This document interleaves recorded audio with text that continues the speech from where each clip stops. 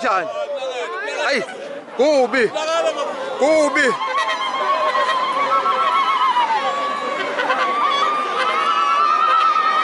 Azogcwele.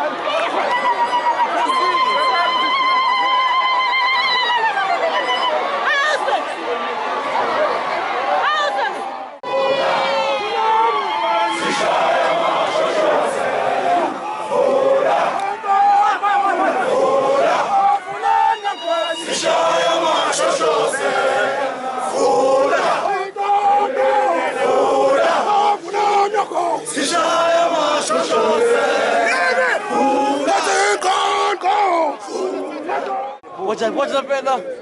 Nice, yeah.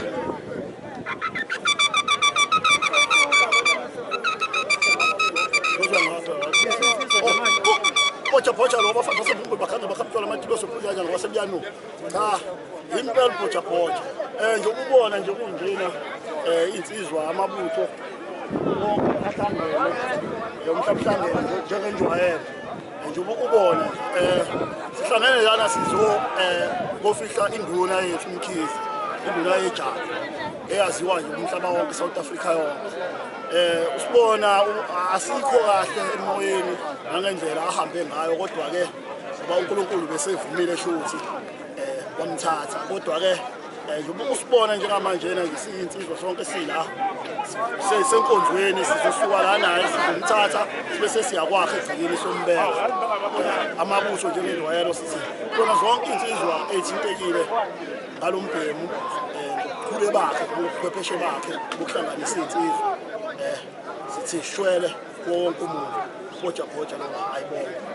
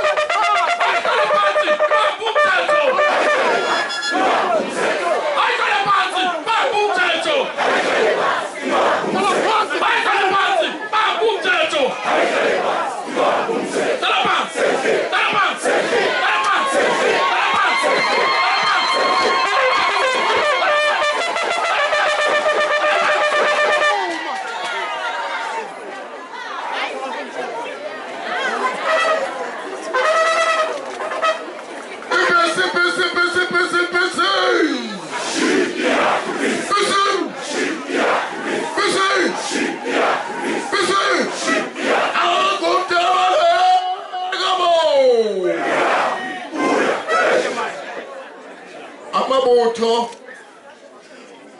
Oh, Nduna.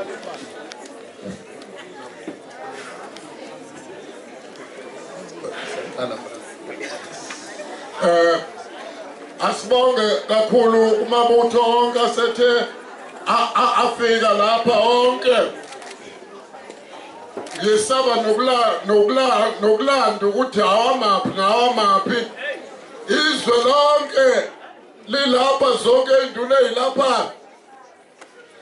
abashonishwa umshonishwa ongqongqoshe udina ngokhona phakathi kwethu abantwana basezinkulu bonke abakhona ubaba ukhansela lohulumeni basekhaya umngoni makhanya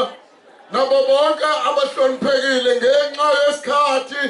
angisazokwenza ukuthi kube kuningi engizole ngokunandisa sengizobeka nje ngihlale emagqozo ohlelweni isikhulumi sokuqala esizobe sikhuluma egameni lamabutho induna uBhengu wakhona lapha embandweni Zolosi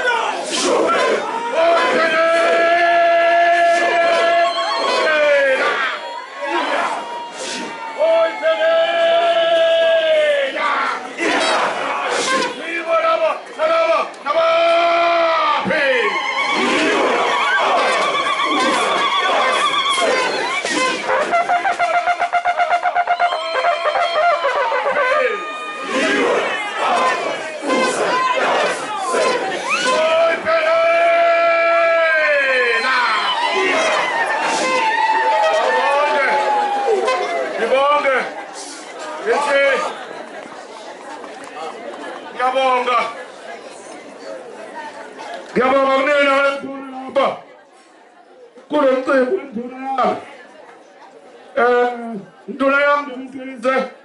mina uBhengu khona lebandweni ngibongeke ukuthi umsebenzi eyawusebenza ngiyawubona namhlanje ukuthi umsebenzi obusetshenziswa induna yami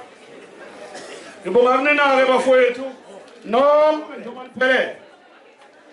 kanye nabakhulu abahlonishwa induna ezinkulu ngababa ngazo ngakho-ke ngibonga-ke ngithi uMkhize induna yami le yamacala mina ngencane yezinsizwa ngakho-ke bafowethu Cela nizwe ukuthi ngiyanibonga nonke njengoba nikhona nje la. Kusho ukuthi Mkhize ngiyawubona umsebenzi wakhe ekade wenza. Okumanje amthathileke amavaka. Ngale ndlela amthathe ngayo. Ngiyathemba ukuthi sonke njengoba siyilandini sibuhlungu. Kakhulu. Ubuhlungu kakhulu kodwa ke ngoba sabantu hayi asingasho lutho. Asibabe nje khona ishisa nje. Ngoba siyazi ukuthi kuyesabeka manje ukuthi uba induna ezoba khona lempathweni. Ngoba iyayisabela ukuthi izokufa. Kona ke afanele kakhulu induna isabe kakhulu phela. Asibambe khona kushisa ngoba kudala sasibona. Dala sasibona kade sasibona into enje thina. Akuyona into entsha le. Ngakho ke ngibonga ke ngithi ke ngumdidiyeli. Mina ngumdidiyeli. Igama hayi ubuduna bensizwa. Ngumdidiyeli nje igama. Badalwa nje baba baqaba kanjalo. Kusho ukuthi ke bafowethu nonke ngiyanibonga. Ngizibongela nami. Ngoba mina mangicabanga mina nje ayike ngibathole. Abangaka kona bayangaza abaningi abangazi futhi. Ngoba hayi ukuthi bengivuma into ehleli. Bengikhona nami insizwe. Siyangazi phela eziningi. Ngakho ke ngiyabonga bafowethu angifuni ukudla isikhathi ngoba sikhulu abantu baningi. Ngakho ke ngizocela ukuthi ke ngishiye nje khona nje ngithi kube banike bafowethu no kube lo mcimbi nobambe so desizwe Mkhize. Nangiya Mkhize.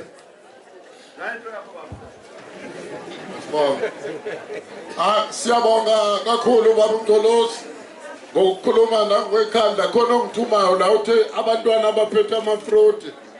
abagcwala yonke indawo uthi angisho lokho ukuthi khona abantu abaneBP noshukela bese behlala ekhulu bazokugcibuzela phansi abasondeleke kodwa kuleli thuba ngoba ngithe ngeke ngisale nginandisa ngoba isikhathi esilimele kuleli thuba sotetela ubaba Nduna umakhanya ngesaba ukumqaphula ngegama kodwa ngisho ubaba uKomzizo yena ozokhuluma emva kwakhe ukhuluma ubaba uNgongo umdideli ubaba uSqumfe.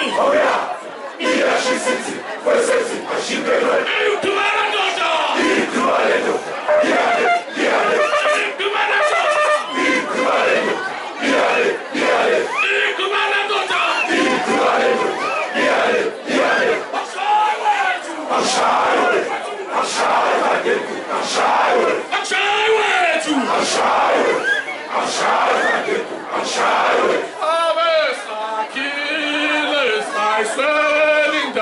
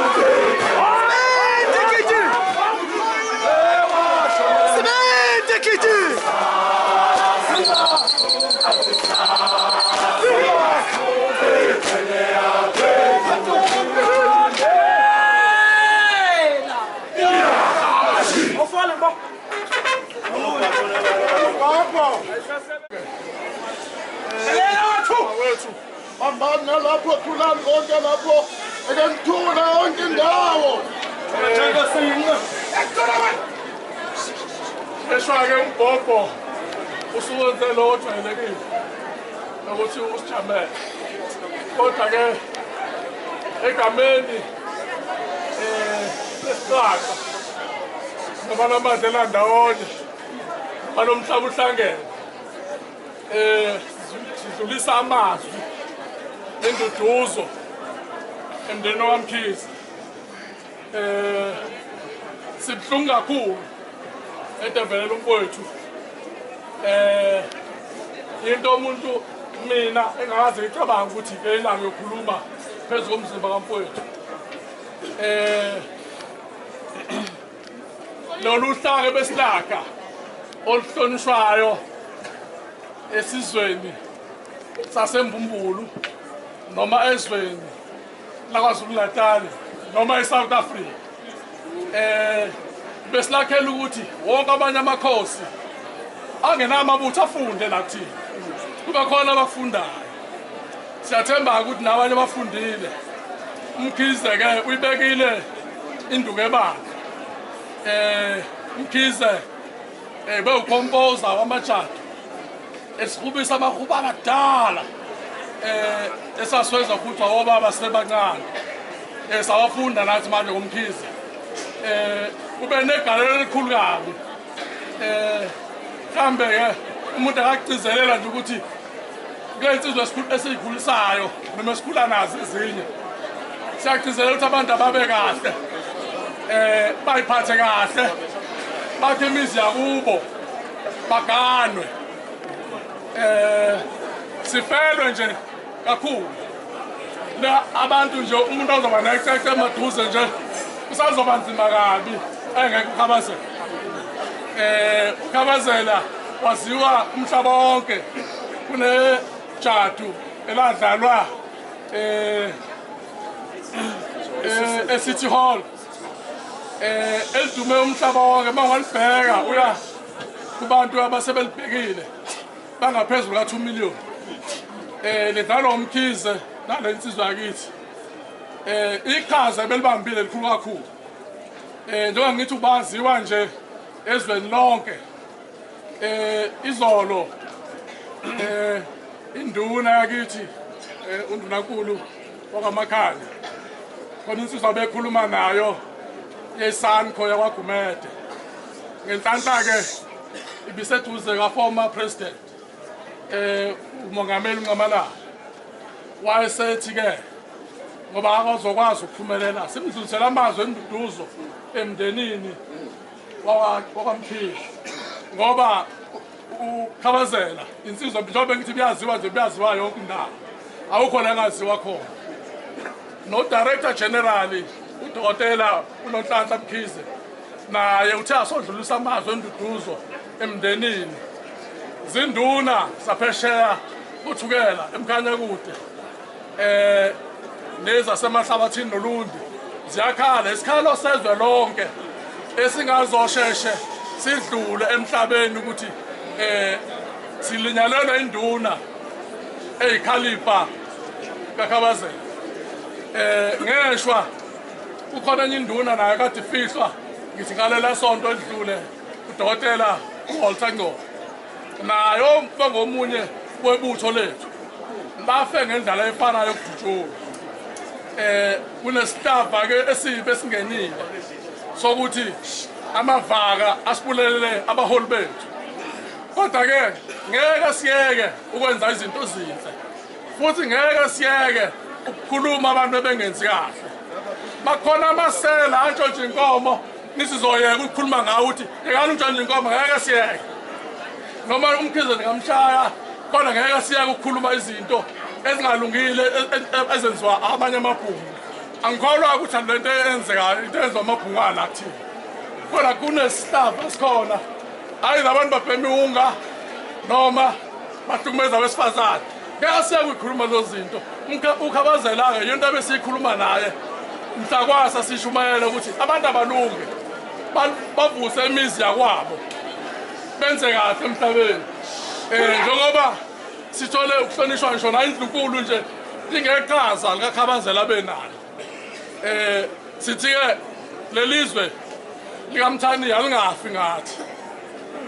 asiyibambe nje siqine iyashisa yona kubuhlungu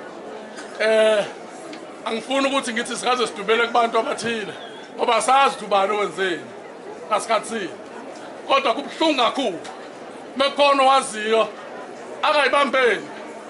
abathinta amaphoyisa abangasihlebeni nokusihlebela abathinta amaphoyisa ingalo umthetho yinde isebenza umsebenzi wayo ngoba ngeke mhlakwasa sibulalela abaholi kuthule nje kube sengathi kufe ikati lawo benze lokhu bengingafisa mina ukuthi iyaphela inyanga baboshiwe ngoba isenzo esibuhlungu kabi sokuthi usekhaya usuvikeleke wahamba vikela ingozini wazafika ekhaya uzohlaselwa ekhaya induna zethu kusho ukuthi ayiphephile namakhosi ethu aphephile uma abantu bekwazi ukuwahlasela emakhaya kodwa-ke ngenxa yokuthi singamakholwa sithi uNkulunkulu uthathile uNkulunkulu uphile uNkulunkulu uthathile ayibonge inkosi ukube bengeve kuyisikhathi sakhe sokuthi hamba uMkhize ngaba kahambanga mangabali igigaba nevuvaba esidlule kuzona naye lakufanele ngabe wayivezezele khona wasinda sasingakafika isikhathi sakhe kulokhu-ke kusho ukuthi uNkulunkulu ngani uNkulunkulu ongisathane kodwa-ke kusho ukuthi isikhathi sakhe bese sifikile ayikho futhi into abengayenza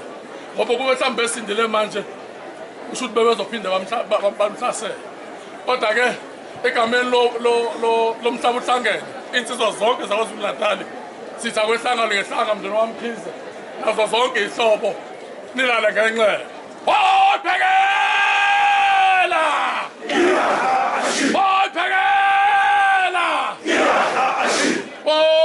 amaviyo akhe inhlangano eqonde thina amaviyo akhe inhlangano eqonde thina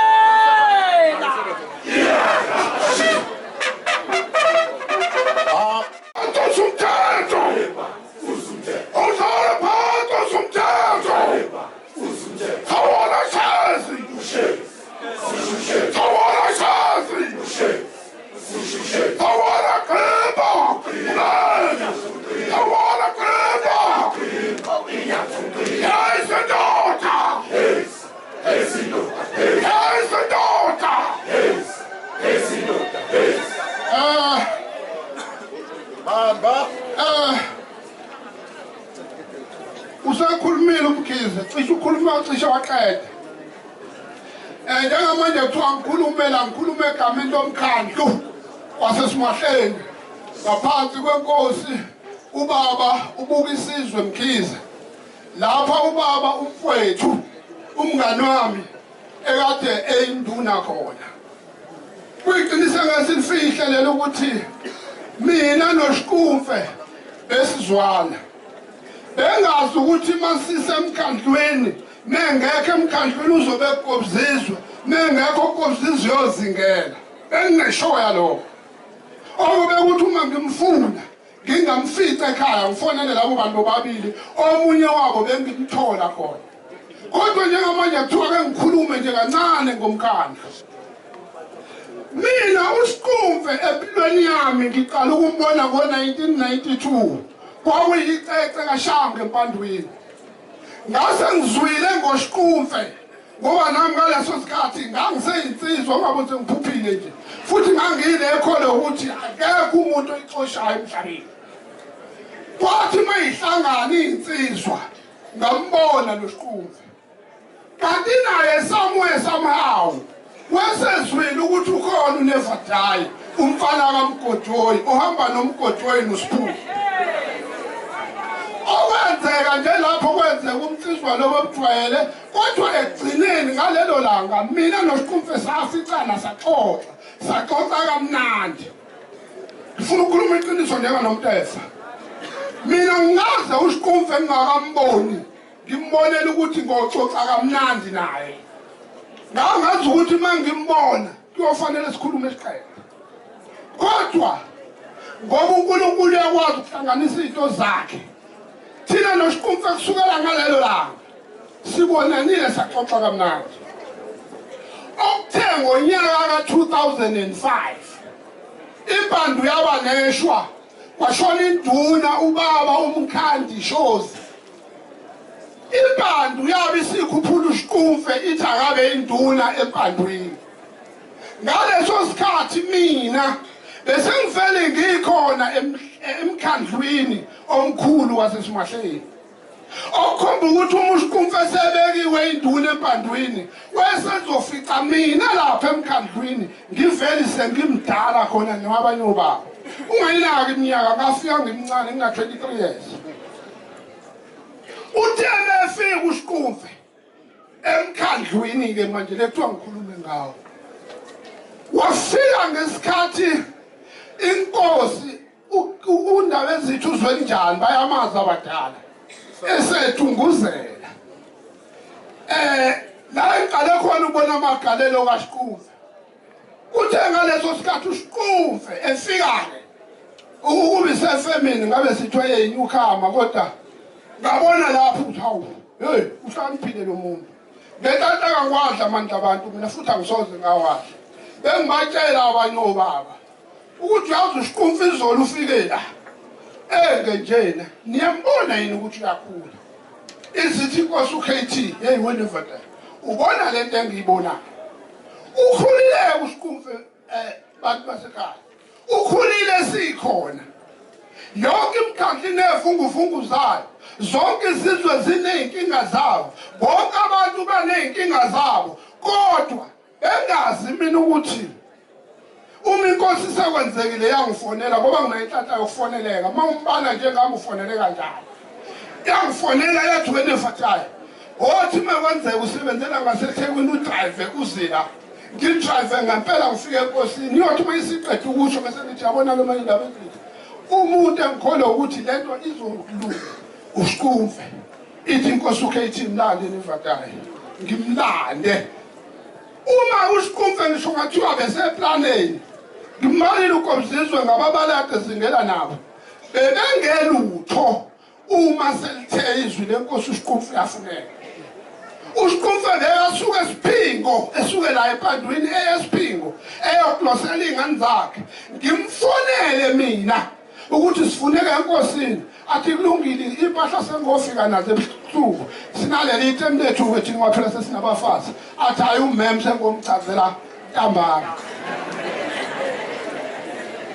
bese siyahamba okuhambe kwahamba kwaze kwafika isigaba la uKT inyama yakhe iphumula khona siwesivuka noSqumfe mhlawumbe mangingakakufici lokho wena kowakho umkhandlu kokufica ngelinye lakho lana bekufanele ucela ukwazi ukuhlukanisa phakathi kweqiniso nobuxoki ukuthi uma ngayaphi wena noma ujoyina ubuxoki noma ujoyina iqiniso sawa sivuka noSqumfe ngenhlanhla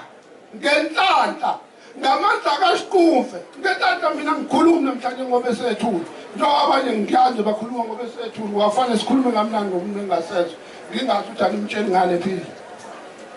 ngenhlanhla ngobukhona bukaSqumfe ngomhla ka-8 December 2021 uhulumeni wakwaZulu Natal wasinikeza inkosi esimahleni sinayo kwini namhlanje ngemsebenzi kaSqumfe uSqumfe esimahleni njosishilo sathi ayikho izizwe engenazo inkinga bayazi abasemkhandlwini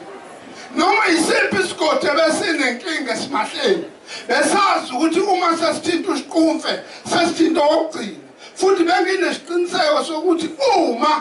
yonke inkinga ingahlula kobe ngempela leso sigodi sifile namhlanje angazi ngizokwenza njani kodwa nginethemba ngoba bakhona abanye abasele engicabanga ukuthi bonke bazobamba ephethini kaSqumfe ngiyazi insizwa zakithi bengikhona iqalwa lento bengikhona ingakaqalwa lento izoqalwa lento kuzoba nomhlangano kaNgcongo enduneni ukuthi akuphele lento ebaya nekatha ngangiyingxenye yokubonisana ngalobo buhle ngenxa yokusebenza ngangasekho kaNgcongo eliphela ngisenengane ezincane ezithembele kumina bangekho kaNgcongo kodwa uNgcongo wangixoxela ukuthi uhambe kahle waphela umhlabuhlangene waqala umhlaba uhlangene asisenenkinga sesingena noma yikephi sesigiya noma yikephi sidla inyama noma yikephi uSqumfe lolele ngineqiniso ukuthi ulokhuzana yes ayikho umuntu ongenalo ichashazi lakhe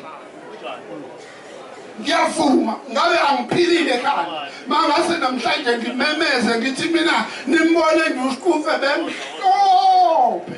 ngabe ngenza ilimi uSqumfe benabo ububi bakhe kodwa angakaze mina ngikhombise bona uke wathi uma ekhanya mekhuluma la uSqumfe uke wazanywa hayi ukuthi ubezanywe eblashwa bezanywa ngoba befuna umphambanisa nemvula njengoba egcine ephambeka kodwa into ebisho uSqumfe mase sixoxa ukuthi sizokwenza njani athi uSqumfe ayikho into engizoyenza mina ukuphela mina ngizolinda uzongishaya mangishayeka ngoshayeka kodwa akulula ngishayeka ngithi khabazela amaxo ngiyazi akhona la manje amaxo ngiyazi alalele namhlanje amaxo ngiyazi amanye ayajabula into ebuhlungu ngexo nalo ikiyadlule odabe okwangempela into engizoyisho ke manje into engizoyisho ngicela nizwe kahle ke manje angisasho egameni lomkhandlu sendisho njengawo never die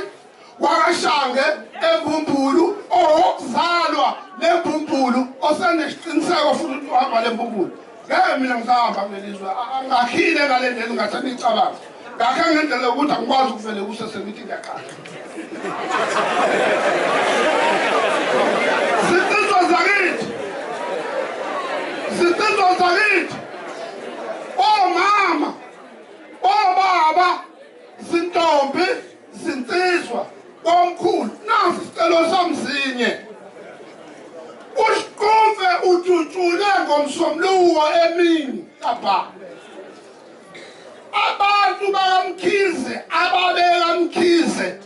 bathi ababazi abantu abathu kuSqumfe ngakho ke yini engicelayo yini enginxusayo yini engicela ngempela ngiyaguqa lapho kusho mina kusho umkhandlu kusho unevathayo uma ungayizwanga lento engiyishoyo nginesiqiniseko eminyakeni emibili kuzobe kusho wena ukuthi washo unevathayo kube senze into yashiwo nevathayo ngaba ngitshela ngithi mina noma ngaleka wena usuke nenhlanhla wezwa ukuthi ubani obulela uSqumfe musa ukutshela oseduze kwakho tshela amaphoyisa asembumbulu amaphoyisa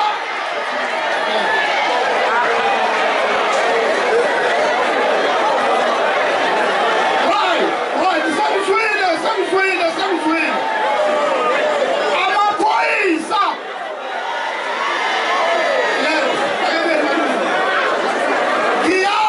ngiyaqonda ukuthi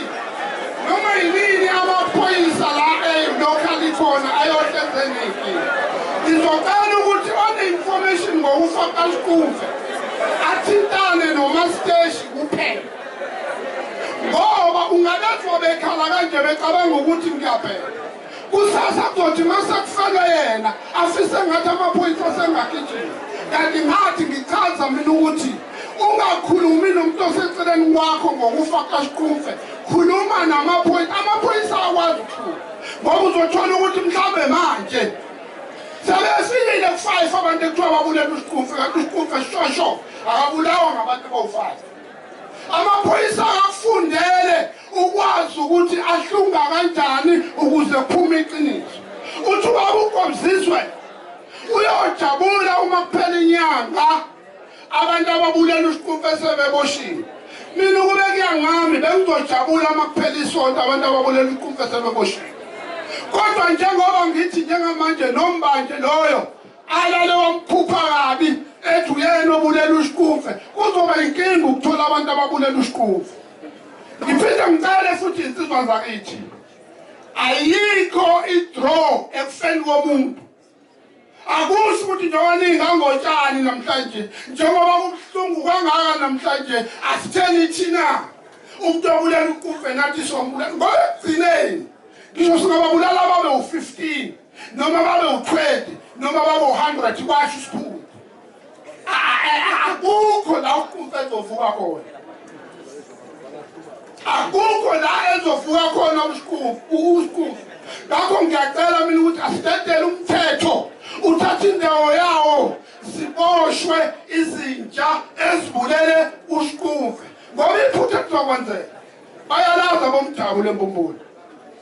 ngithe ngokuzalwa lembumbulu eyesithathu le Nduna efa sengile embumbulu sengibhekile nami nafuthi sengigijima abantu bafa baze babe u-13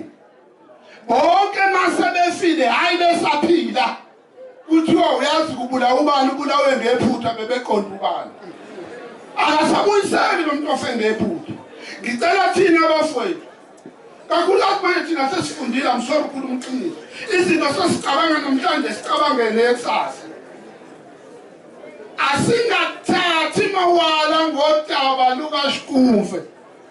mina sengishilo angicamba maka mina kuhlungu mina ngicela ukukhala mina ngathi ukukhala kufubaba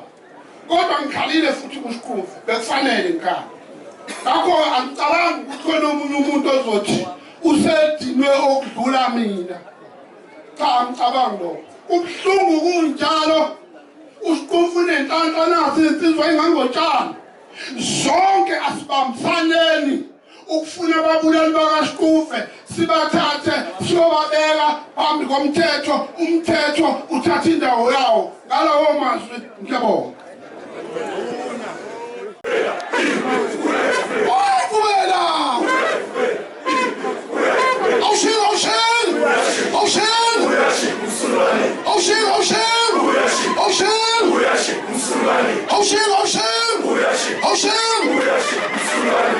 Embumbulu, Papa Shamo Shano.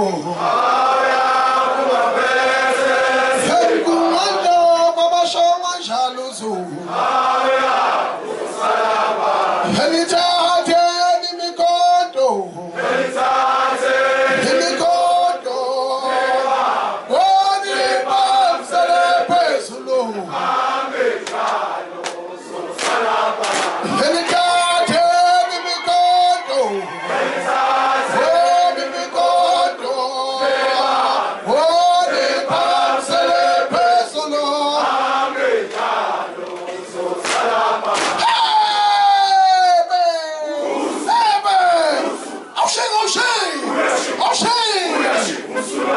Ngibingelela kakhulu emakhosini asendlunkulu akhona phakathi kwethu ngibingelele baholi beigaba zepolitiki ngiphinde ngibingelele kumphakathi wonkana walapha eMbumbulu nami ngomunye wesakhamuzi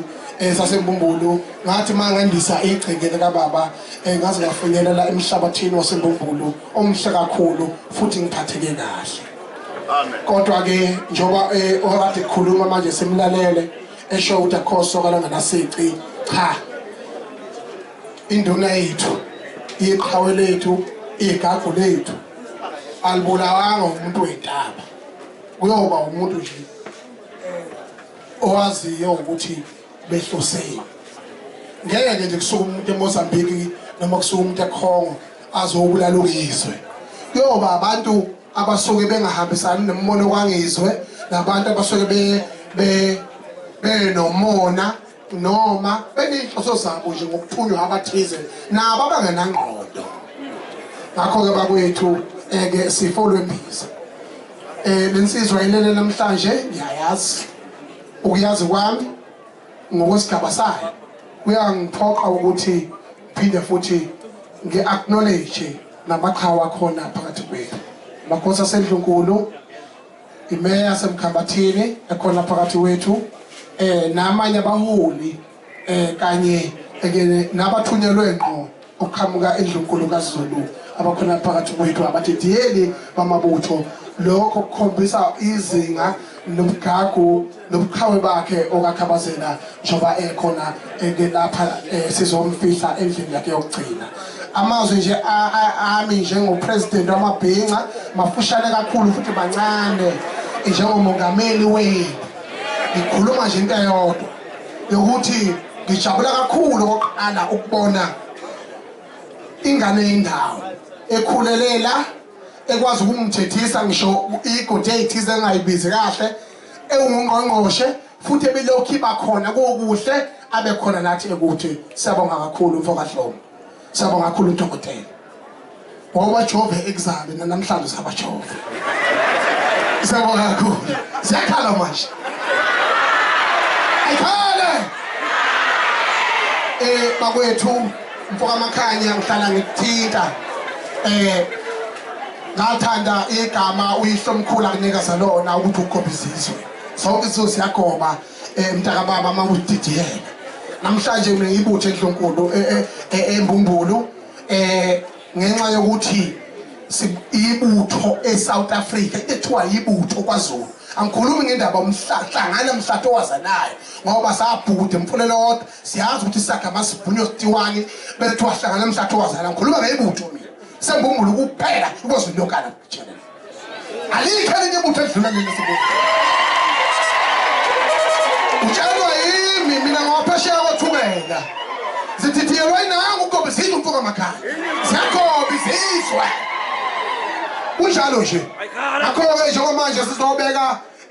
ingashambulane ebiye igadle ngendlela egadla ngayo ishaye ijubhizi lilandele ingafune ukukhuluma ingafune ipishi ingafune emsindo isiqhele nentelezi ngibonga ngisho izulu lihloniphile ngoba ibonile ukuthi amadoda uSqumfe mayebekwa namhlanje ngomnikazi wentelezi abesiqhela ngayo masihamba kukhona siyakhona bekwazi ukuthi lokuzela senemhlonje phezulu ngithi hamba kahle khabazela hamba kahle SQumfe siyabonga kakhulu kumsebenzi wakho usebenza kulandela siyabonga